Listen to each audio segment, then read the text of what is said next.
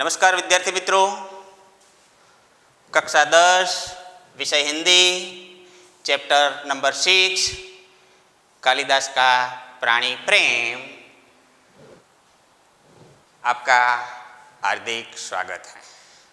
मित्रों, आज हम चैप्टर 6 कालिदास का प्राणी प्रेम के बारे में पढ़ेंगे। कालिदास का प्राणी प्रेम का साहित्य प्रकार है नाट्यांश। नाट्यांश का मतलब यहाँ पर पूरा नाटक नहीं, बल्कि नाटक का एक अंश यानी कि एक भाग लिया गया है कालिदास का प्राणी प्रेम। तो सबसे पहले हम लेखक के परिचय प्राप्त करेंगे। लेखक का नाम है मोहन राकेश। मित्रों, मोहन राकेश का जन्म सन 1925 में पंजाब के अमृतसर में हुआ था। इनका असली नाम तो मदन मोहन गुगलानी था। उनकी दीदी ने मदन मोहन राकेश नाम रखा था। बाद में मोहन राकेश नाम स्थायी हुआ। मोहन राकेश हिंदी साहित्य के अच्छे नाट्यकार, उपन्यासकार और कहानीकार के रूप में अपना नाम अमर कर गए हैं। इन्होंने डायरी, संस्मरण, जीवनी, निबंध, पत्रकारिता तथा अनुवाद के क्षेत्र में भी ठोस योगदान दिया है। नाटक में खास तौर पर आषाढ़ का एक दिन बहुत ही विख्यात और चर्चित नाटक रहा है। दूसरा, कई नाटक हैं। नाटक देखें तो आधे अधूरे, लहरों के राजहंस, आषाढ़ का एक दिन। एकांकी देखें तो एकांकियों में अंडे के छिलके, बीज नाटक, आईने के सामने एवं सारा आकाश, आखिरी चट्टान तक उनकी गद्य रचनाएं हैं। मित्रों, यहाँ पर कालिदास का प्राणी प्रेम नाट्यांश मोहन राकेश के नाटक आषाढ़ का एक दिन का एक अंश है। आषाढ़ का एक दिन का एक छोटा सा अंश कालिदास का प्राणी प्रेम हम पढ़ने जा रहे हैं। विद्यार्थी मित्रों, हमें जो नाट्यांश पढ़ना है उसका नाम सबसे पहले कालिदास। तो कालिदास के बारे में थोड़ा सा परिचय प्राप्त करें। आप 9वीं कक्षा में कालिदास के जन्म और परिचय प्राप्त कर चुके हैं, पढ़ गए हैं। फिर से थोड़ा सा याद करें कि कालिदास कौन थे। तो कालिदास संस्कृत भाषा के महान कवि थे। अपने असाधारण साहित्य से संस्कृत भाषा को विश्व भाषा का दर्जा दिलाने वाले महाकवि कालिदास विश्व कवि हैं। महाकवि कालिदास की रचनाओं के बारे में देखें तो महाकवि कालिदास के प्रमुखतः 7 ग्रंथ हैं।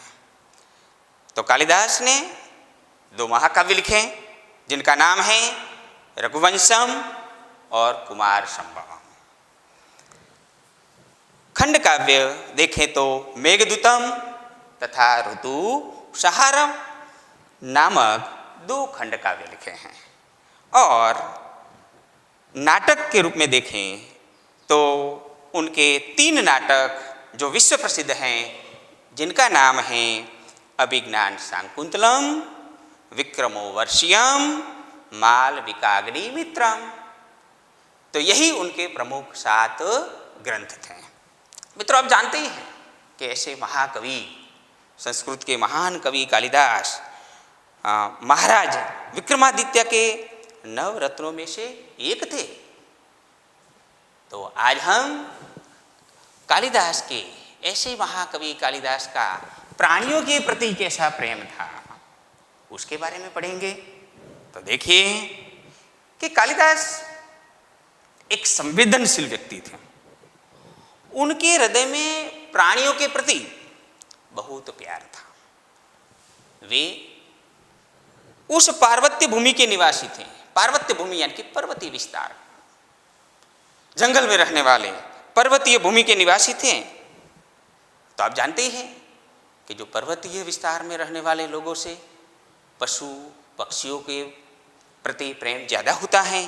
तो यहाँ भी जहाँ लोग पशु पक्षियों को अपनों में से मानते हैं, पार्वतीय भूमि के निवासी के लोग पशु पक्षियों को अपनों में से यानी कि मानता है, अर्थात अपने मित्र मानते हैं।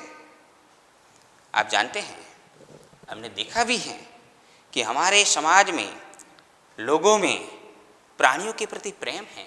इसीलिए तो कई लोग अपने घर पर पालतू पशु को भी घर पर पालते हैं, जैसे कि कुत्ते बिल्ली जैसे घर पर पालते हैं।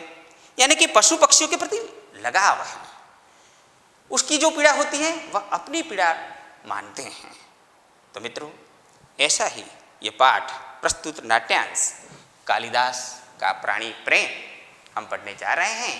तो उस नाटक में प्रमुखतः दो मुख्य पात्र हैं, एक कालिदास और दूसरा मल्लिका। कालिदास बाण से घायल हरिण शावक को बचा लेता है। नाट्यकार ने यह कहना चाहा है कि अगर हम प्राण दे नहीं सकते तो किसी का प्राण लेने का अधिकार भी हमें नहीं है। फिर से ध्यान रखिए, नाट्यकार ने यह कहना चाहा है कि अगर हम प्राण दे नहीं सकते तो किसी का प्राण लेने का अधिकार भी हमें नहीं है। मारने वाले से बचाने वाला महान है। वस्तुतः दंतुल ने शिशु हरिण शावक को घायल कर दिया है, इसलिए इस प्रकार का व्यंग्यबाण लेखक उस पर ही चलाते हैं। अतः यहाँ पर जीव दया की बात बताकर कालिदास का प्राणी प्रेम प्रकट किया है। पशु पक्षी हमारे मित्र हैं, अतः उनका हनन नहीं होना चाहिए। लेखक का कहने का तात्पर्य यही है कि पशु पक्षी हमारे मित्र हैं, उनका हनन नहीं होना चाहिए। पर्यावरण की रक्षा के लिए पशु पक्षियों का अनन्य महत्व है। मानव जीवन विकास में प्राणियों का बड़ा योगदान है। प्राणी मानव के साथी हैं। इसलिए गुजराती कवि उमाशंकर जोशीની પંક્તિઓ યાદ આવે છે, અહીંયા આપણી સમક્ષ રજૂ કરું છું। વિશાળ જગ વિસ્તારે નથી એક જ માનવી, પશુ છે પંખી છે પુષ્પો વનોની છે વનસ્પતિ। મિત્રો, ઉમાશંકર જોશીએ કહ્યું છે કે આ જગતના વિશાળ વિસ્તારમાં એકમાત્ર માનવી જ વસતો નથી, તેની સાથે પશુ પંખી પુષ્પો તથા વનસ્પતિ સૃષ્ટિ પણ વસે છે। એમ કહી કવિએ અહીં એ બધાને હિતને ઉવેખીને માનવીએ સ્વેચ્છાચાર કરવાનો નથી એવો સંદેશ પાઠવ્યો છે। ઘડી પર વિચાર તો કરો કે આ જગતમાં જે પ્રકૃતિ તત્વો છે, જે પશુ પંખી પુષ્પો અને વનસ્પતિ છે, એમાંનું કશું જ ન હોત અને એકલો મનુષ્ય જ હોત તો માણસનું જીવવું કેવું અકારું હોત। અરે માણસ જાતનું અસ્તિત્વ જ હોત કે કેમ તે સવાલ થાત। પશુ પંખી કે આ વનસ્પતિ સૃષ્ટિ દ્વારા જ તો એનું પાલન પોષણ થાય છે। પંખીઓના કલરવથી માંડીને જગતના તત્વો સત્વોથી તો એનું જીવન હર્યું ભર્યું છે। આ પૃથ્વી પરના પશુ પંખી કે વનસ્પતિ સૃષ્ટિ વગેરે જ નહીં, પરંતુ સૂર્ય ચંદ્ર તારા ગ્રહો નિહારિકા इत्यादि પણ માનવ જીવનના આધારરૂપ છે। इसीलिए यहाँ लेखक ने मोहन राकेश जी ने भी बताया है कि खास तौर पर हमें पर्यावरण की रक्षा के लिए पक्षी पशु पक्षियों का अनन्य महत्व है और मानव जीवन विकास में प्राणियों का बड़ा योगदान रहा है और प्राणी मानव के साथी हैं, इसलिए हमें उनका रक्षण करना चाहिए। तो आइए देखिए, हम ये नाट्यांश पढ़ेंगे। आप आपकी पाठ्यपुस्तक खोल दीजिए और अक्षरशः मेरे साथ पढ़ने का प्रयत्न कीजिए। नोटबुक भी निकालिए। जो अपरिचित शब्द हैं और कुछ व्याकरणिक शब्द लिखते जाता हूँ, आप अवश्य नोट कीजिए। तो देखिए पाठ्यपुस्तक पर, कालिदास एक हरिण शावक को बाहों में लिए पुचकारता हुआ आता है। कालिदास एक हरिण शावक को बाहों में लिए पुचकारता हुआ, पुचकारना यानी कि प्यार जताना, प्यार से वह आता है लेकर, और हरिण शावक के शरीर से लहू टपक रहा है। हरिण शावक आहत है, आहत यानी कि घायल है, उनके शरीर से लहू यानी कि रक्त, खून टपक रहा है। कालिदास कहते हैं, हम जिएंगे हरिण शावक। देखो, हरिण शावक को गोद में लिए हुए कालिदास आता है और बातें कर रहे हैं। किसके साथ? हरिण शावक के साथ। हम जिएंगे, हरिण शावक जिएंगे ना, एक बाण से आहत होकर हम प्राण नहीं देंगे। हमारा शरीर कोमल है तो क्या हुआ, हम पीड़ा सह सकते हैं। एक बाण प्राण ले सकता है तो उंगलियों का कोमल स्पर्श प्राण दे भी सकता है। हमें नए प्राण मिल जाएंगे।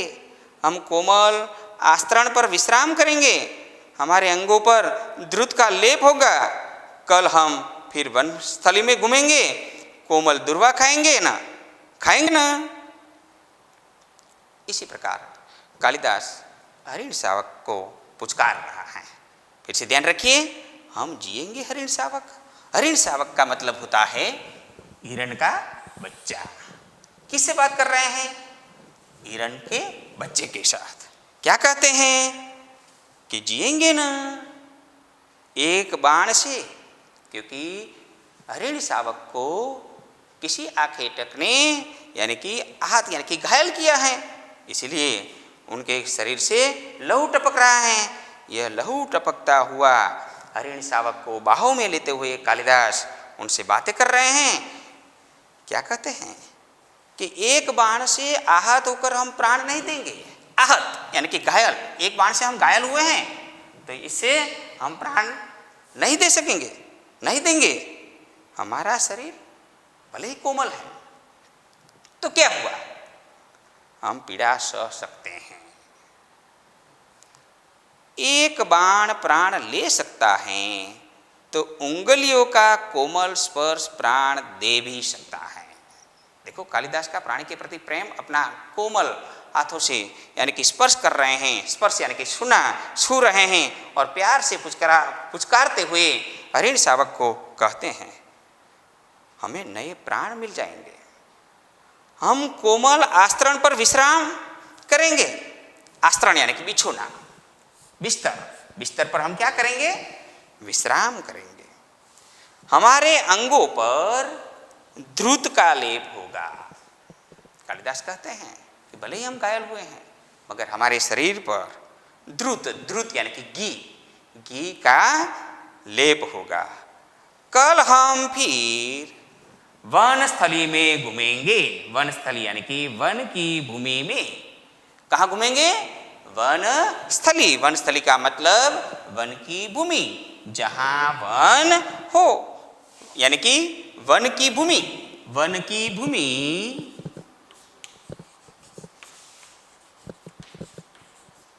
तत्पुरुष समास।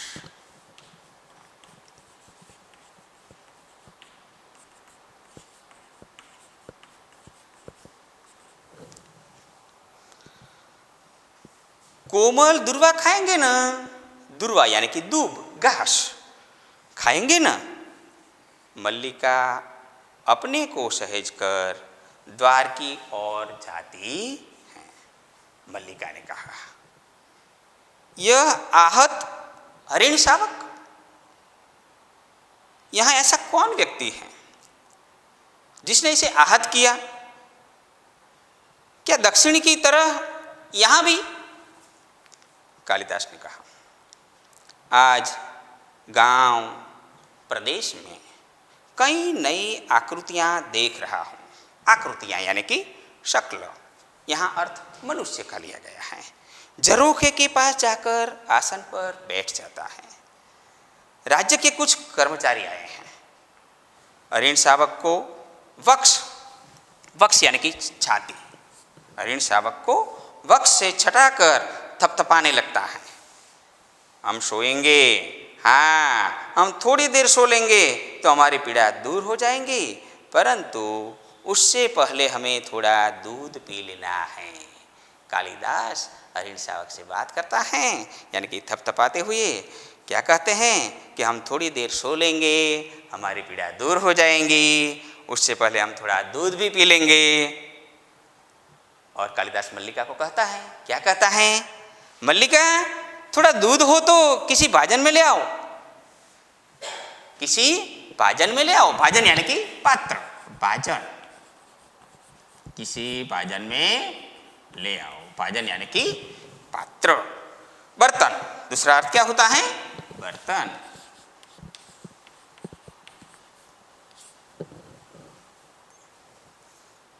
मल्लिका ने कहा, माँ ने दूध ओटा कर रखा है, देखती हूं। ओटा कर यानी कि आग पर रखकर गाढ़ा करना, जिसका मतलब होता है उबेलना, दूध को उबेलना। चूल्हे के निकट रखे बर्तनों के पास जाकर देखने लगती है। अभी अभी 2-3 राज कर्मचारियों को हमने घोड़े पर जाते देखा है। माँ कहती हैं कि जब भी ये लोग आते हैं कोई न कोई अनिष्ट होता है। वर्षा के रोमांच के बाद मुझे यह सब बहुत विचित्र लगा। दूध का बर्तन उठाकर दूध खुले बर्तन में उड़ेलने लगता है। उड़ेलना यानी कि डालना, तरल पदार्थ एक से दूसरे बर्तन में डालना, इसका मतलब यही होता है। उड़ेलना का मतलब डालना, तरल पदार्थ एक से दूसरे बर्तन में डालना। माँ आज बहुत रुष्ट हैं। रुष्ट यानी कि क्रुद्ध हैं। कालिदास अरिण शावक को बाहों से झुलाने लगता है। कालिदास ने कहा, हम पहले से सुखी हैं, हमारी पीड़ा धीरे धीरे दूर हो रही है, हम स्वस्थ हो रहे हैं। न जाने इसके रुई जैसे कोमल शरीर पर उससे बाण छोड़ते बना कैसे। वह कुलांच भरता मेरी गोदी में आ गया। देखो, प्रेम से कुलांच भरता, कुलांच यानी कि छलांग लगाकर अरिण शावक किसकी गोदी में आ गया, कालिदास की गोदी में आ गया। मैंने कहा, तुझे वहां ले चलता हूँ जहां तुझे अपनी माँ की सी आंखें और उसका सा ही स्नेह मिलेगा। कालिदास क्या कहता है कि तुझे वहां ले चलता हूँ जहां तुझे अपनी माँ की जैसी आंखें, उसका जैसा प्रेम ही मिले। मल्लिका की ओर देखता है। मल्लिका दूध लिए पास आ जाती है। मल्लिका ने कहा, सच माँ आज बहुत रुष्ट है, बहुत क्रुद्ध है, क्रोधी हैं। माँ को अनुमान हो गया, अनुमान यानी कि अंदाजा, कि वर्षा में मैं तुम्हारे साथ थी। जब बारिश आ रही थी तब मल्लिका किसके साथ थी, कालिदास के साथ थी। इसीलिए माँ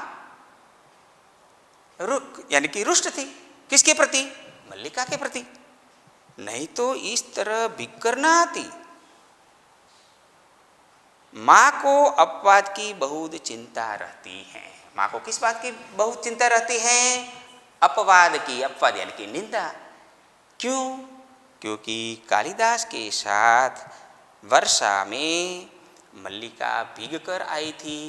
यह देखकर वह रुष्ट हो जाती हैं और माँ को अपवाद की यानी कि लोगों की निंदा की बहुत चिंता रहती है।